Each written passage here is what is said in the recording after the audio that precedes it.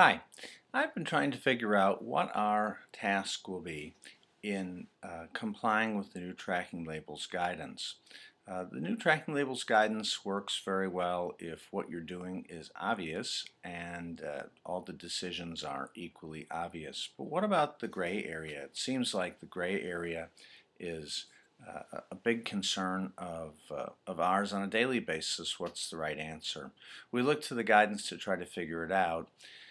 And very often there's not an answer. For instance, what's a small volume manufacturer?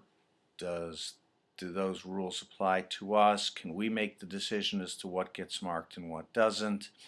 How do we maintain records? All of that is left to our judgment. In fact, that's the exact language that they use in our favorite document, the Tracking Labels Guidance. The Tracking Labels Guidance speaks in terms of the best judgment of the parties when referring to how to develop market markings.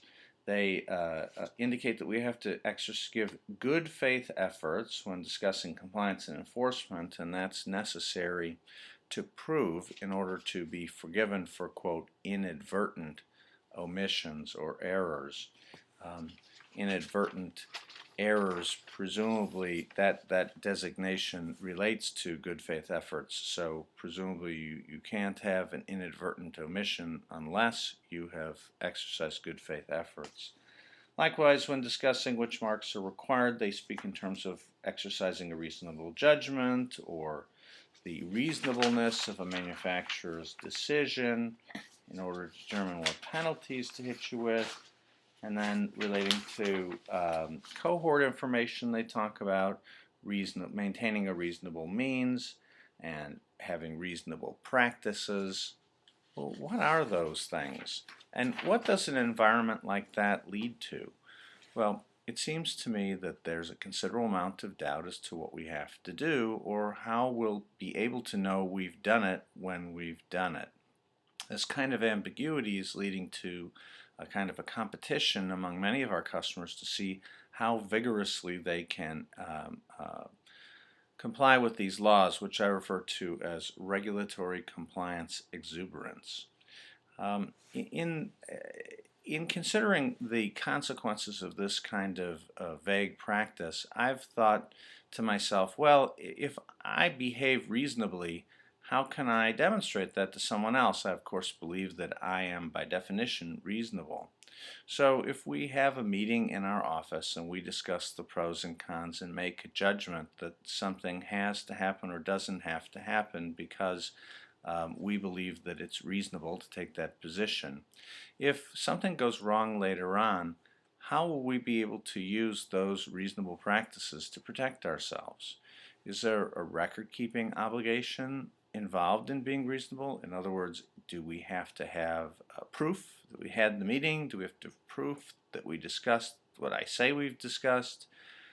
How can we defend ourselves if when they come to us and say, well, you know, something's gone wrong, we're going to recall this item and we see that you haven't marked it, so we're going to hit you with a penalty. Say, wait a second, you said we could exercise reasonable judgment and we did, but you can't prove what you did because maybe you can't even remember because perhaps like us you have 2,000 items, or perhaps you didn't document that particular meeting, or the guy who made the decision has already quit, or what have you. There's no protection, and that's because the CPSC has left themselves a total flexibility. They want you to be reasonable, but they want the right to second guess you. And that is inherently unfair because now it appears to me that in that kind of dynamic, the CPSC is going to focus on the outcome. So the only time they get involved is when the outcome is bad. The alternative is to focus on the process.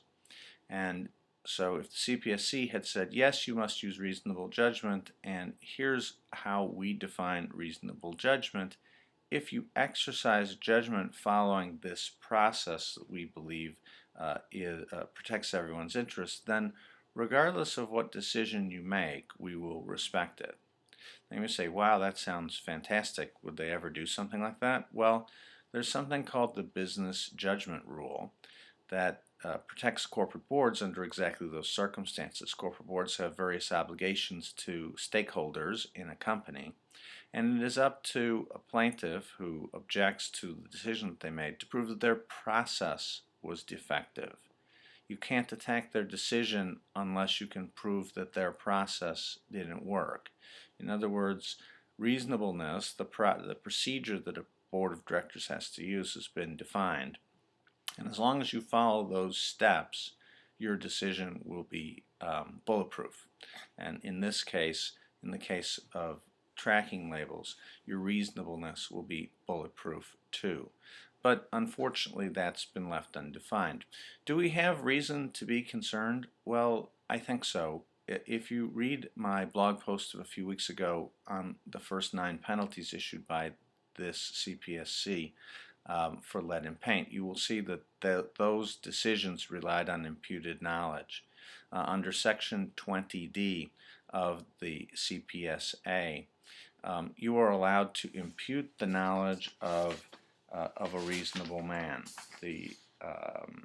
The presumed having of knowledge deemed to be possessed by a reasonable man who acts in the circumstances, including knowledge obtainable upon the exercise of due care to ascertain the truth of representation. In other words, they can put knowledge in your head, knowledge that you didn't have, even if you've been reasonable, even if you consult lawyers, even if you have a full-time quality control person, even if you're very thoughtful about these things and can prove it, there's no safe harbor created for you.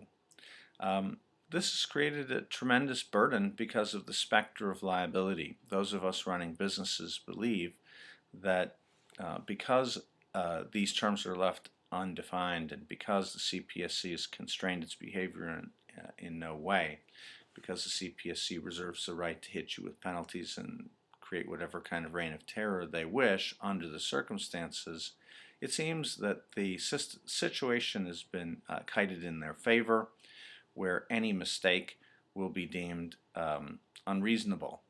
And that's unfair. And that's not a workable system.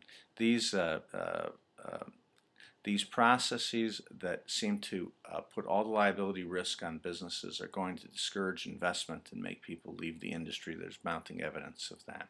It's time for the CPSC to think about their rules in practical terms and set them up so that people can run businesses in the ordinary course, taking, of course, due precautions to protect consumers, but not making mistakes so penal and threatening that your entire business existence seems to be at stake.